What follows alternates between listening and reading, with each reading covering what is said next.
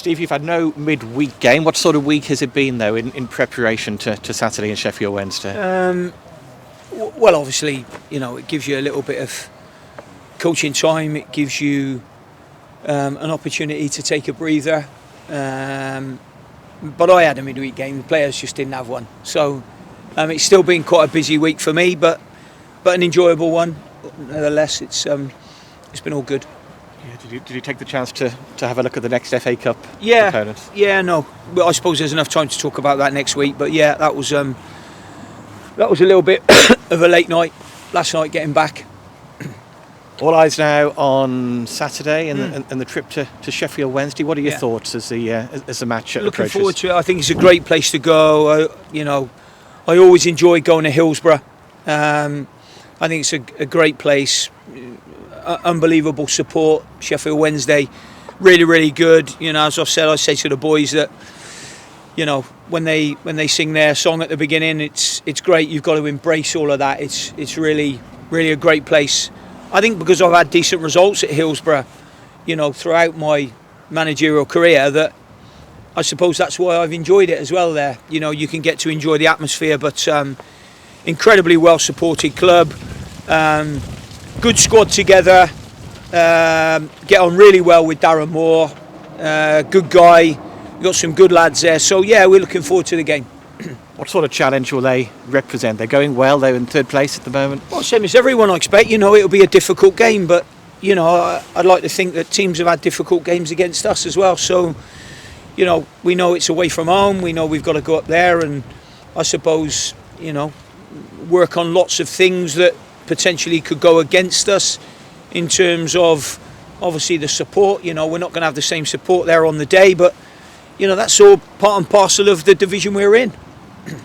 The fact you've played well, your team have played well in front of big atmospheres at Plymouth and Portsmouth as well in recent weeks, does that give you encouragement as well ahead of it? And played well at home in front of crowds that haven't been so big. So we feel as though we haven't got the results that we've deserved over the last 2 or 3 games, and somewhere along the line you may get a result or you may pick up a win that no one's anticipating you getting. It's so close, isn't it? The division from the top 6 down to 17th, 18th. A win can propel you up the table. We know that, and that's what our focus will be on. In terms of the injury situation, any update on Elliot Bennett, who missed out last weekend? Well, it's funny really, because the scan that's come back hasn't come back, very good really, in terms of, he could be out 3 months, which could be painful for us. But funny enough, he's not. His symptoms are not marrying up with the scan, and what I mean by that is actually better than we think he would be at this moment in time. He's not close to playing, and the normal. He's got a tear in his soleus, so the normal time for that it could be anything from 12 to 16 weeks. But if you work on it being around about 12 weeks, I just got a sneaky feeling it won't be that long with him. But obviously the injury time, it's still in its infancy at the moment, so we need to wait and see what develops with that, other than to say his symptoms. I think even Elliot himself thinks he won't be 12 weeks. But even if we cut that by half and say he's available for Christmas, it's still going to be minimum 6 weeks we're probably going to be without him, I would think, at this stage. Yes, another big blow to Elliot and yourself, of course. Yeah, no, of course it is. We know that. And while we're on the injuries, Julian Da Costa, Aidan O'Brien, the injections on them on the nerves haven't worked, so we're probably going to be without them. There's another appointment for them with a nerve specialist, a German lady, in London. And that's the earliest we can do that, because she works out of Munich, but she works over in in England once a month, and the earliest we can do that is December the 1st. And potentially they could have operations on the 2nd, but we need to find out. We don't know where the consultation will go until we have the consultation on the 1st. So just more disappointing, new frustrating news. Yeah, it is, but we'll have a team out there Saturday that's going to fight like hell. How's Dan, Udo and George Nurse as well, by the way? Yeah, the bonus side of them is they'll be ready for next season. So that's the positive news for them. They're coming along really, really well. I mean, obviously, you know, Dan will hit a period now where it'll slow down on his rehab. But George has sped up really and has done very well, as Dan did in the early part of his rehab. So I suppose what we'll see is a slower progress with Dan at the moment, where his progress was really good and really speedy early on, which is what you want it to be. And with George is at that point in time at the moment.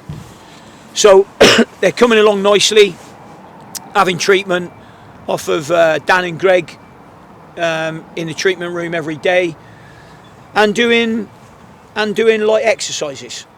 But we have to be careful early on with them. But they're doing great.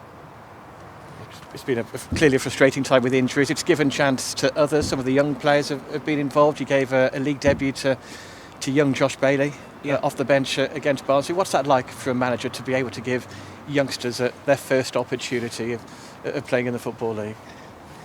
Well, it's fantastic when you do it. You know, I've got a record of doing that for young players. You know, I had contact with Gary Cahill yesterday, who everybody knows had retired, and yet I would have given him his league debut when I took him to Burnley as a 17-year-old. So, you know, the fact that you do that, you know, there's lots of them. You know, Patrick Bamford, Jamal Lascelles, Chris Commons, Michael Duff from last week. You know, there's lots of them. The Kyle Laffertys, Chris McCann's when I was at Burnley. So yeah, there's been lots of young players over the years that I've given debuts to and watched their careers and hopefully Josh Bailey will be another one of them. You know, you can only give them the opportunity, and then it's up to them to take it. Talking of youngsters, you spoke at length about Tom Bloxham earlier this season. He's been involved off the bench in the last couple of weeks. Yeah. Decent impact in the York and Barnsley games. Is he pushing? Is he? He can push as much as he likes. Getting closer? You know, pushing. I don't know whether we should use that word, but what he is he looks in a better place now, and probably has done over the last 2 to 3 weeks than he has done before. That's what I would say. I think that he looks in a far more comfortable place, which is no coincidence that his training has been better, which has given him opportunities at getting on the pitch. So yeah, you know, when the time's right, the time will be right.